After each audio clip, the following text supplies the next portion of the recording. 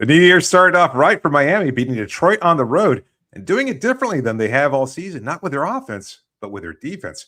Wes, this has got to be the best win of the season, right? David, I know one thing. It's definitely the best win of the year.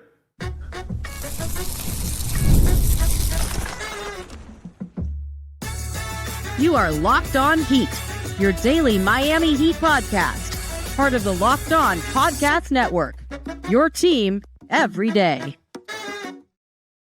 Hello and welcome to Locked On Heat, your daily podcast on the Miami Heat, part of the Locked On Podcast Network, now the #1 sports podcast network. Whether you're tuning in on YouTube or on your favorite podcast app, thanks so much for making Locked On Heat your first listen every day. Join the cookie gang. Become an everydayer. That means subscribing, tuning in every day, Monday through Friday, and signing up for the Everydayer Club with the link in the show notes. Today's episode is brought to you by FanDuel. Before tip-off, check the FanDuel app and see what's dropping during NBA Happy Hour every Friday from 6 to 7:30 p.m. Eastern. I'm Wes Goldberg, host of Locked On NBA Daily and Real GM Radio. I'm here with David Ramil. Both of us are credentialed Heat media members who cover this team every day. David, we're a few hours into 2026. How's your New Year started? So far, so good, especially after a win like that against Detroit, one of the best team in the Eastern Conference. And Miami handled them pretty well all game long, even though they had a 21-point lead, and that slipped away a little bit. And you know what? They still got the job done. And I think it was an impressive win. Like I said before, it's got to be the best win of the season. I agree. That's exactly where I'm at here. I'm technically here in Cape Canaveral. We're doing a little family getaway. And so I was able to steal away and watch the Heat game on my laptop and really kind of get into this. And I'm glad I did, because I agree. It was the best win of the season. To your point, the Heat did lead by as many as 22 points in the game, but the Pistons are the #1 team in the East for a reason, right? Like, this was never going to be easy. You and I were texting during the game. We knew that they would make a comeback, but Norm Powell was great, 36 points for him. Davion Mitchell, I thought, put on a defensive masterclass in this game. I'm sure we'll talk about him a little bit later. His defense on Cade Cunningham and how he set the tone on that end, I thought was huge. Jaime Jaquez Jr. made the biggest bucket of the game in the final minute. Bam and Ware, again, starting in that two-man front court. Monsters on the boards, just cleaning everything up, creating those extra possessions. It has to be the Heat's best win of the season. This is the #1 team in the Eastern Conference. Tobias Harris was out. Jalen Duren didn't leave midway through the game, but the Heat are playing without Tyler Herro. They still have $26 million contract in Terry Rozier, who hasn't played for them. So teams are hurt, right? And the Pistons have been hurt a lot. They've been missing Tobias Harris a lot all season, and they've still won a bunch of games. This Pistons team is really good, and I thought I was really impressed with just how they were able to bottle up Cade Cunningham. I think Cade had 19 points in the first half, but it never really felt like he was able to get going. This is a guy who right now on FanDuel is 3rd in the MVP rankings and deserves to be there in terms of the odds. He's been sensational all year. He did not look like an MVP candidate in this game. You got to credit Miami's defense. Absolutely. 40 minutes played for Cade, but only 6 of 16 from the floor. Finished with 31 points, but basically because he got a really generous whistle, 17 of 18 at the free throw line. So that's where the bulk of his damage came from. But as far as the limited number of field goal attempts, just 6 made shots all night long, not his best game. And I think that was pretty evident. Like the final stat line, you'll see, 31 points. He did what he could. No. This was an uncomfortable game for him. He wasn't able to get to his spots. He took a couple of shots late at the buzzer. He just wasn't the player that we've seen from him. And I think, to your point, Mitchell, and I want to say Dru Smith also, both of them did a really good job defensively, forcing turnovers. Look, the Detroit Pistons had 20 turnovers on the game and were held to just 80 field goal attempts. That's 10 and a half below their season average. They normally put up over 90 shots per game, and Miami just didn't let them get into it. That's why I think when you look at this game, Miami has typically this season outscored opponents by a wide margin. And even against the better teams, it's been mostly a slugfest. But this was a very difficult game for them, going up against a really good defense in Detroit and playing them even better defensively. Like just the way that they were able to anticipate passes, be aggressive in ball hawking, switching, doing everything right defensively. There were so many ways in which they were really trying to take Detroit out of their offensive rhythm, and they did a phenomenal job of that. So I think, like I said, the best win of the season, because it was a completely different one. They didn't have to blow the doors open. They didn't have to score 140 points to do it. This showed that this team is capable of taking those counters that we've been talking about lately. Now that the rest of the league has figured out what they do offensively, and they were still able to take it to another level because their defense pressure was so intense, so on point. They did everything with intent. It was just a really, really good, solid game. Yes, and it's the best one of the season because it's the best team they've beaten this season, right? You've For doing sure. all those things sure. against the best team that you've beaten all year. This is coming off of a really nice win against the Denver Nuggets, who Correct. obviously lost Jokic in that game when we're already down 3 starters going into that game, but still the Denver Nuggets with a whole first half of Jokic, which sometimes is enough for the Nuggets to win a game. No, this is it. This is the best win. And you're right, it starts on defense. And when you look at the 4-game win streak that the Heat have put together, defense, I think, has been really what I say that understanding that they scored 47 points against the Clippers during this streak and all these things. But to me, the defense has really stood out. And this is, during the 4-game win streak, the 3rd time they've scored more than 20 points off of opponent turnovers. Yeah. I mean, that's it. Like, that's, you're taking the ball away, so you're limiting scoring chances by your opponent, and you're getting out in transition and you're playing your game. And when they're playing like that, it starts to look a lot like what it did when they started the year 14-7, right? Like, this is what they needed to get back to. I thought Bam has been sensational defensively during this streak. I think he was really good in this game. And what we saw against Denver in that first half against Jokic, and what we saw tonight against Cade, random doubles, pinching at the nail against Cade, which Spoelstra defenses are always going to do that, right? Like, they're going to try to cut off that dribble penetration. But the angles that the Heat are taking on this, making it a little bit more random, taking these MVP candidates and throwing different looks at them, trying to keep them guessing. That's not something that we saw a lot of defensively from this team earlier in the season.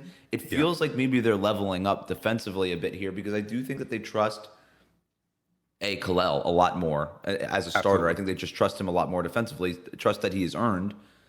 And I think the young guys, I think they're trusting some of these young guys a little bit more. Even a guy like Jaime Jaquez Jr. to is not a great one-on-one defender, but can execute a scheme, right? I think they've learned to trust Norm Powell, kind of getting isolated and on an island, where I think they were a little worried about that earlier in the season. Davion Mitchell is just such a disruptor. The way that he was getting skinny going over those screens on Cade, where sometimes they didn't even have to switch that action, just completely mucked up everything else they wanted to do. And then you look at the shot profile for the Pistons, it's not good, man. Like 26 3-point attempts in the game for them compared to 39 for Miami. Miami made a higher percentage of their threes. Really what kept the Pistons in this game were the free throw attempts. Maybe Cade got a good whistle. I thought they deserved a lot of these free throw attempts. Cade got 18 of them, so maybe it was a little bit of a home whistle there. But Miami just outshot them from beyond the arc. They out-rebounded them, and they forced a bunch of turnovers. Like, you're going to win a lot of basketball games that way no matter who you're playing. We talk a lot about the process, like even in games where you want to see Miami be able to establish themselves. But I think the way they did things both offensively and defensively, that's the right kind of balance that you want to strike in terms of having a superstar level production from Norm Powell and then have everybody else contributed. That's what's missing, right? Like, we've talked about this team's lack of a superstar before. Tonight, Powell absolutely played like the superstar, dominating offensively. And then conversely, defensively, it was the kind of balance where you can rely on these other guys. Jaime, to your point, not known as a great defender, still with 2 steals, really timely, really smart. Dru Smith, Davion Mitchell, Andrew Wiggins, Bam, Kel'el, all those guys played so well. They were as cohesive as they've ever been. I don't know if it was just being on the road for the New Year's, maybe just having to figure things out. Road trips can tend to be a bonding experience, and maybe this is the idea that's new year, new us, but they were playing with such balance, such poise, so well executed on both sides of the ball. It was just a fantastic game. I really liked the way they got up for the best team in the East. And I think there's an element of that happening here. You even go back to those losses in Boston and New York. They played good basketball games. They lost to really good basketball teams. They got over the hump in this one, right? They played a great basketball game and beat the number 1 seed in the Eastern Conference. We said it then, where we were starting to see things turn a little bit in favor of the Heat. We were saying it during the losing streak. Eventually, the shots are going to go in. The shots have started to go in. The defense has picked up. Everything's connected, right? It all helps. But the Heat are back to playing the kind of way that they want to play. And when you look this far into the season, you still take. I know that losing skid kind of there's still some pain ringing in the ears a little bit, right, from that. But for the bulk of the season, they have played like this, and this was sort of the best two-way performance version of it that I think we've seen all season. It's not just from what we saw from the Heat, but also obviously considering their opponent. The credit cookies are in the oven. They're almost done. It's coming up next. Today's episode is brought to you by FanDuel. Fridays already feel a little different during basketball season, and FanDuel is making them even better because every Friday night before the games tip off, FanDuel gives fans a new way to kick off the weekend with NBA Happy Hour. NBA Happy Hour is your official pregame, a limited time window where special offers drop right inside the FanDuel app before the action starts. Fridays from 6 to 7:30 Eastern time have become appointment viewing with NBA Happy Hour. You can just open up the FanDuel app during the happy hour, and it always brings something new, whether it's boosts or bonuses, maybe even a few surprises here and there. And it's easy to check the weekly special before tip-off, and you can make a move right before the window closes. The timing is perfect, right before the games and right before the weekend starts. And it adds extra energy to Friday night basketball without having to overthink it. So before tip-off, check the FanDuel app and see what's dropping during NBA Happy Hour every Friday from 6 to 7:30 p.m. Eastern. A little basketball, a little action, and a whole lot of Friday energy. That's NBA Happy Hour only on FanDuel, the official sportsbook partner of the NBA. We'll be right back. Thanks again for making Locked On Heat your first listen of the day. Thank you for making Locked On the #1 sports podcast network. You already live your team every day. Now take it up a level and go ad-free. Join the Everydayer Club today and get Locked On Heat with no interruptions, members-only Discord access, and more, all for just $5 a month or $50 a year. Go to lockedonheat.supercast.com or check the link in the show notes to learn more. David, it is another Miami Heat win, 4th in a row, which means it's time for the tastiest segment of Locked On Heat. It is time to hand out some credit cookies. As always, we have 10 cookies to give out. Where do you want to begin? I'm spoiled 4 times in a row here listening to that song, and just, you know what, I can still never get enough of it. It's a good sound to ring. You know what, I started it off with Norm Powell because I think that was just the defining factor to me. Like the way he closed out the the first half, I think that was really just such a great, incredible shot making, so gutsy a performance. He had three 3-pointers and a layup, a scoop shot, floater over. I can't remember which defender it was, but just seemed to carry the team offensively to help them push away a little bit after Detroit had closed the gap a little bit. And he was just carrying the team, and then wound up having 36 points on the night, 7 of 14 from 3-point range. What a shooting performance. Just 5 of 5 on the line, but still incredible performance from him. 2 rebounds, 2 assists, a steal, only magnificent game from him. 36 points. What else can you say? Like, the shots were timely. The shots were absolutely necessary, and he didn't back away at all. This was as good a performance from an individual player as you're going to see, and it was just a really, really great game from Norm. I was hoping we were going to get the 40 burger from him a day after I said, I don't know that we'll see 40 points from anybody in a Heat jersey, the way that this team kind of shares the ball and everything. And I was like, oh, cool. Yeah. Right off the bat, start 2026 strong. We were talking about Cade being the MVP candidate. If you just got dropped onto planet Earth for this game and watched this game, and I asked you who the best player in the game is, you would say Norm Powell. That guy. Norm's clearly the best player. Cade looks pretty good. Javonte Green might be the 10th best player in the league, by the way. Marcus Sasser looks unstoppable, right?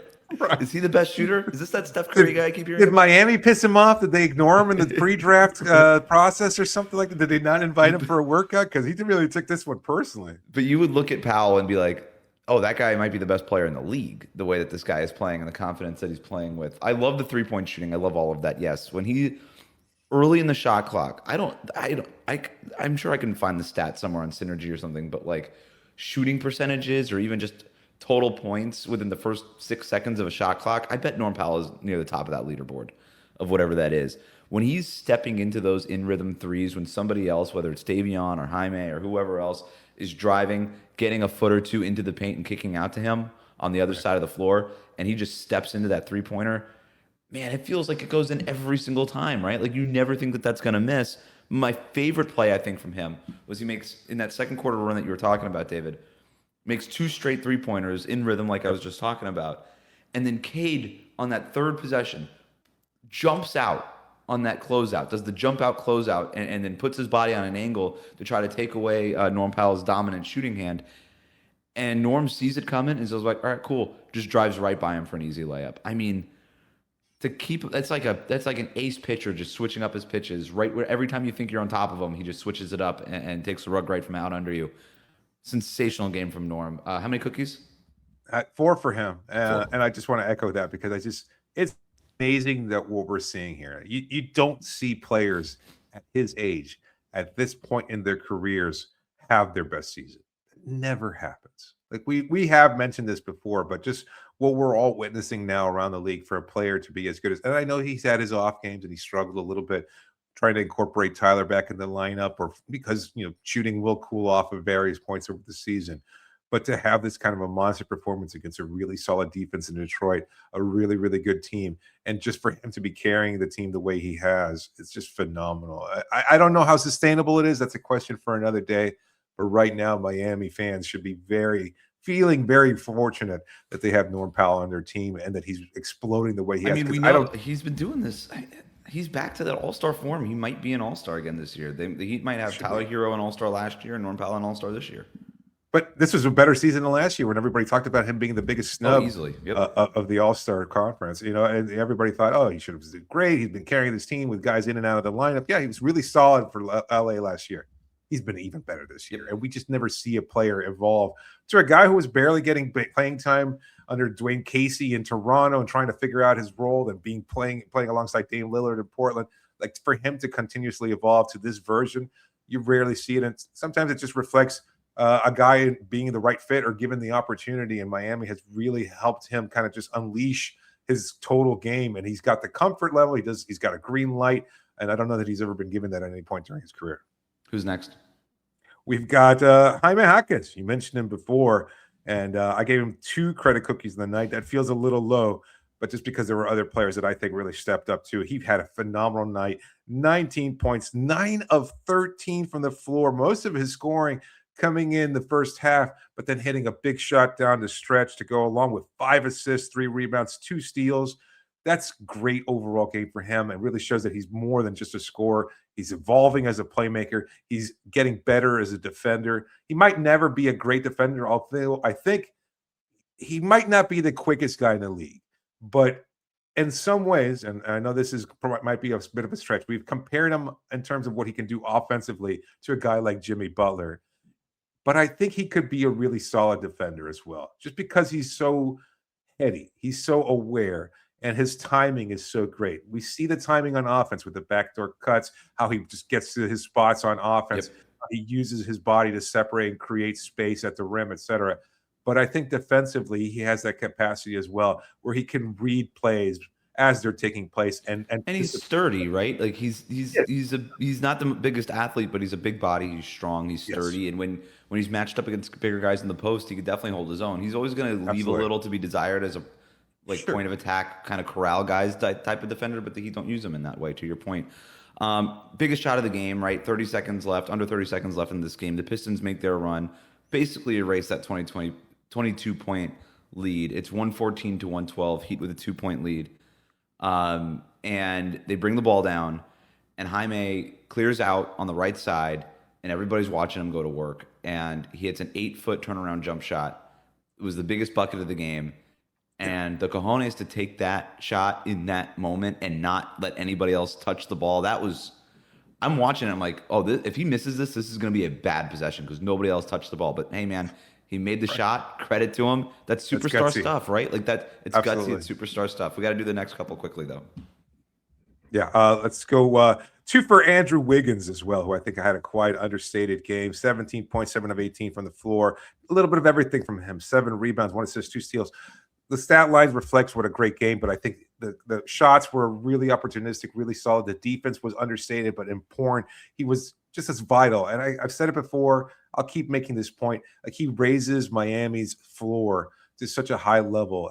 He's not going to raise their ceiling, but when he's playing well and being the two-way player that he is, he's essential to what Miami is capable of doing, because as a 4th option, maybe, he's so reliable and gets you so many different opportunities, and he can do a little bit of everything very well. He is a two-way player. What's my favorite stat from him tonight?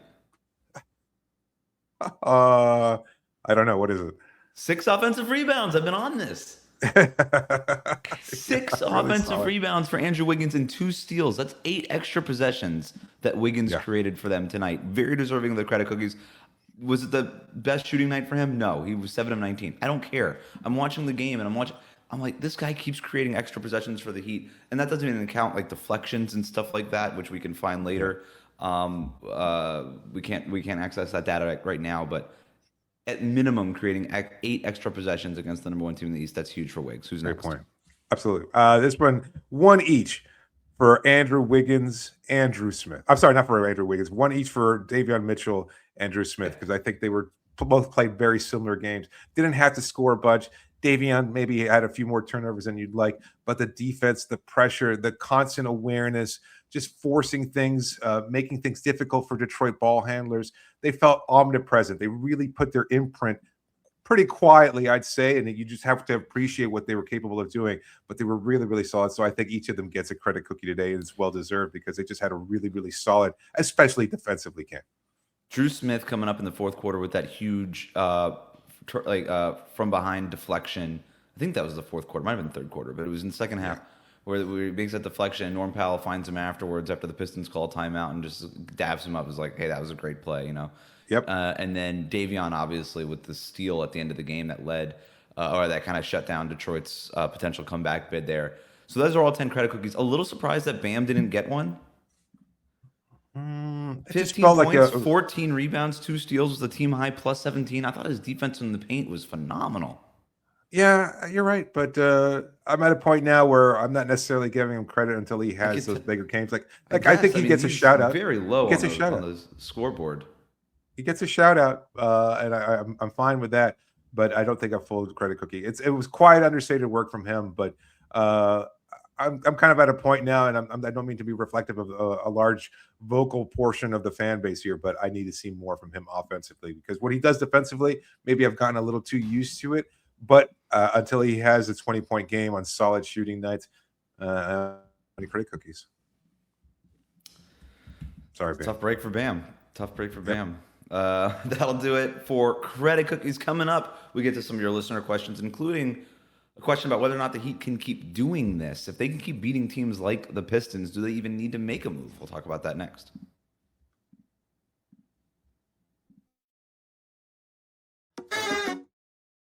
Let's go to the text line. You can get text from us and submit questions for the post-game shows like this with the link in the show notes, or just text 786-998-7029. This question comes from Malachi, who writes in, can the Heat keep winning these type of games the rest of the season without doing anything at all at the trade deadline, or should they still do something at the trade deadline? Personally, I think they still have a lot of holes on this team to improve. What a great win by the Heat tonight, though. It's a fair question, David. The Heat aren't going to win the championship this year, right? But they're moving in the right direction. The young players are fitting well with the older players for the most part. It's easy to kind of drink the Kool-Aid here after beating the Pistons and winning 4 games in a row. But like I said in the first segment, you take Miami's season as a whole, they have mostly been closer to this than they have been in their than losses against Sacramento and Toronto and some of their lower moments.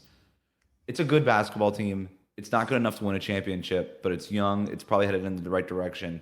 In terms of moves at the deadline, I maybe there's some minor tweaks, but I don't know that you need wholesale changes unless, I'm taking like a big superstar Giannis type of thing off the table, which changes everything, right? That's a different kind of conversation. But yeah, I don't see the need for some major type of changes unless that kind of deal is out there. Yeah, the superstar trade needs to take place. That's just a given. And I mean, I think everybody should be aware of that. This team is really, really good, and they're fun to watch, and they have great games, and they have some stinkers as well because of that lack of a superstar. But if that superstar becomes available, you always make that deal. It's the secondary trade. It's what's the consolidation trade that would make this team better? Because I don't know that I see it as easily. Like there are holes on this team, but I think its depth is still a strength. We saw great performances from Jaime. I think you want to keep him as much as you can. Nico Jovic, as well as he's played lately, struggled a little bit. Kel'el Ware struggled a little bit offensively. You didn't get a lot off their bench aside from Jaime and Dru. So is there still a move to be made that you think would shore up any one aspect? Because I'm not sure what it is. You've got a solid guard combination, and that's without Tyler Herro. You've got some really good wing play from Jaime and Andrew Wiggins. Fontecchio pops in when he can. Nico helps out when he can. I guess he's When Larson's technically healthy, big. that's a huge Larson, boost. that's absolutely Without Pelle Larson, he's been so No, I essential. think look, there's good players. They're deep, right? There's no question about it. When I look at what this Heat team could do before the trade deadline, and again, putting a superstar trade off to the side over here, right? It's what can you do with that $26 million salary slot that's not doing anything for you right now in Terry Rozier? Could you turn that into something helpful? Can you turn that into maybe a couple of pieces that can come off the bench? I don't know. And then you kind of go into that whole too many guys type of problem potentially. So what kind of players are you trading for? Can they obviously go get a center to, in case Bam has to miss another couple of games with a lower back soreness or Kel'el tweaks an ankle and is out for a couple of weeks or something. Those are the things that I think you need in terms of insurance. Right. I think even tonight, like Fontecchio was basically unplayable in this one because Larson was out. Is there an insurance wing out there that you can go grab? Those are the type of moves. I also was thinking, like, if you do want to move on from Tyler Herro, is there a Tyler plus Terry, which is about $55 million in outgoing salary? Is there something like that's out there, outside of like the Giannis type of thing that makes sense? That's hard, right? Like now you're talking about like, do we really want to bring Anthony Davis in? Is that, I don't even know if Dallas would do that, but like those in terms of names that have just been out there. It's interesting, but to me, I would be looking before the deadline. Can we turn? And again, Terry Rozier's contract is expiring. You don't have to move it, right? They're playing well without him. They don't necessarily need it, but you have to explore it, I think, in terms of maybe being able to find some extra depth there. The next question comes from Jonah, who writes in, "It was nice to be on the other side of the bad Duncan whistle, but hard to be on the other side of his drive. Super exciting win. What do you guys observe about Kel'el in closing games that makes Spo pull him? I know he wasn't scoring, but I don't get why Spo doesn't try to get him more involved." I didn't think this was a good Kel'el game offensively at all. Whether it was his fault or the team's fault for not finding him, there was a point going into the fourth quarter where he had 5 shot attempts. Only one of them was a 2-pointer. That's not good enough. He was 0 for 4 from 3-point range. There was moments where I thought they could have found him on those dump-off passes and stuff. Credit Detroit's defense for taking a lot of that stuff away. That is what the Pistons defense does. That's what a JB Bickerstaff defense historically does. Let's take away the rim and live basically with everything else. But yeah, I thought Kel'el was in there for a big stretch in the final 6 minutes. Detroit kept climbing in. I think it was less of a Kel'el thing and more of Miami just wanting to play a little bit smaller and more nimble and get Jaime out there.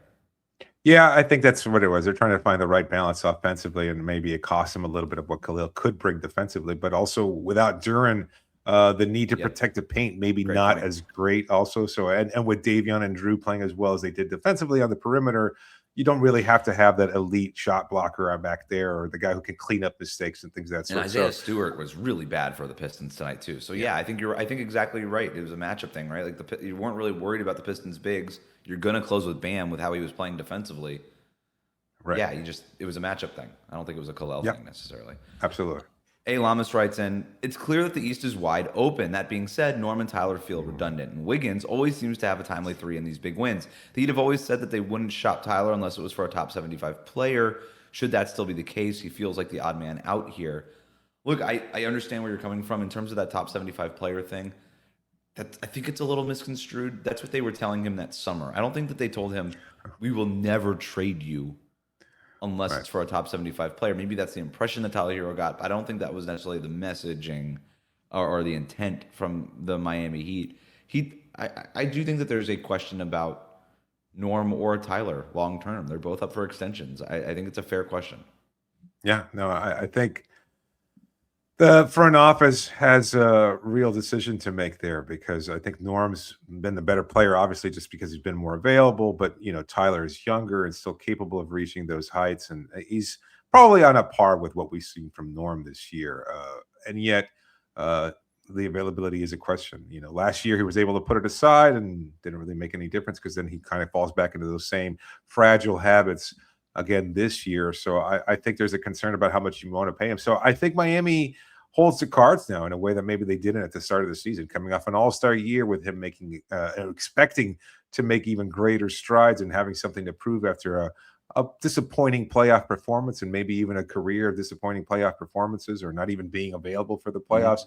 There was a lot for him to kind of show, and he just hasn't had that opportunity. But if you're a front office, you don't worry about that. I don't think so. Like I think you want to pay him a fair amount where you feel comfortable, but at the same time, you don't see it as a necessary redundancy when you can have 20+ point per game scorers. Like that's not a bad thing to have. And I don't think there's any team in the league that would be like, no, we want to give up a young gifted scorer for what? Like, what are you going to get in exchange for just Tyler at this point? Because I think there is a limited ceiling for him, and yet he's already reached a pretty high level around the league. And so why not keep a player like that? If you can, you would only move Tyler, I think, for a starter, not necessarily a superstar. I mean, not a top 75 player, but a superstar. I think somebody that was going to be, maybe a 1A option. And so I still think that holds, because I don't think you want to trade Tyler just for the sake of moving. That's what Terry's contract is for. That's much more easy to shop, and, it's expiring, et cetera. So if you can get somebody to add depth or something like that, that's fine. But I think Tyler is the player that you'd have to trade if you're going to make a trade for a superstar. It would probably have to be Herro, because you can sell other teams at his potential and what he's already shown so far. 100%. And frankly, the Heat aren't in the team building. They're not in the phase of the team building life cycle to worry about redundancies or anything like that, or too much talent. Like that's not a thing that the Heat really can afford to worry about right now. You bring Tyler Herro back if the contract extension potentially makes some sense. If you get it at a good value, it's the type of thing that a smart front office does. Hey, let's bring this. If we can get this guy back on a good value, just bring him back and we figure it out later. That is totally okay. Even if it is a little uncomfortable for Heat fans every once in a while, and there's questions about the starting lineup and who comes off the bench and all that stuff. I think that if you do move Tyler Herro, I don't know that it's only for a superstar type of player or a clear type of 1A type of scorer. Maybe there is a lateral-ish move out there that would be a better fit. Right now that you have Norm Powell, but that's more of a I don't know what that move is out there right now. Yeah, right. But that's why you sign him to a manageable extension, and maybe that's something that you figure out later or not. Right? You sort of play it out. Antonio writes in, when will Tyler Herro return? Is there any news on his injury status? No, there is not. The Heat are being very close-lipped about that. Final question, Billy writes in, what is Nikola Jovic's actual trade value? I feel like he just needs more court time that Miami can't afford to give a guy that that is normally off on most nights. He's a guy that New Orleans or Memphis would say we want him in a trade package. I mean, maybe he's getting plenty of run right now as the third big, right? I actually didn't think he was that bad tonight. His shot was really bad, but this is what, again, process over results, right? Like he's 1 for 10. Okay, not great. 1 for 7 from 3-point range. But this is what we were saying about Jovic when we were wondering if this was a turnaround for him. When the shot isn't going in, is he doing other things? This was one of those nights where the shot wasn't going in. 5 rebounds, 5 assists. He was doing other things. He was a -5. It wasn't great, but he was also missing a lot of shots. I watched that game. If those shots go in, all of a sudden you're like, oh, that's a good Nico game. He had open looks. I'm not going to judge Nico's performance based on whether or not shots go in or not, as long as he's doing these other things, and he did those other things. So I thought it wasn't obviously his best game, but it wasn't like the bad Nico where he just disappears and doesn't do anything. He was at least contributing. That's fair. But I think to the question, I think he has negative trade value because I think the reputation around the league is that Heat role players excel in Miami and won't excel anywhere else. And I think that's been the case pretty consistently. And so for a guy like him, who's kind of been in and out, inconsistent, not really lived up to potential. Yeah, all those things. I don't think that any team sees him and goes like, that's the guy we're willing to pay X amount of money for. So I don't know that there's a lot of trade value. I'd say it's probably even a negative trade value. He's more of a piece that you have to, I think he's salary filler at this point for any kind of larger trade. And I don't know that anybody's going to target him and be like, oh, this is a young player that we can add to what we're already building here. Because unfortunately, Nico just hasn't been able to do it consistently enough where any team is sold on what his potential could be. And to your point, that's not the time to trade him, right? You don't trade a guy from a position of weakness when their value is at its lowest. Let Nico work through this. And like I said, I liked what I saw from him tonight, despite the fact that the shots weren't going in. I like that he was doing those other things. I think he's going down the right path right now. That'll do it for us today. Thanks for tuning in to Locked On Heat. Make sure you are subscribed and follow Locked On Heat so you get all of the latest episodes. Enjoy your first weekend of 2026, everybody. We'll catch you back here on Monday.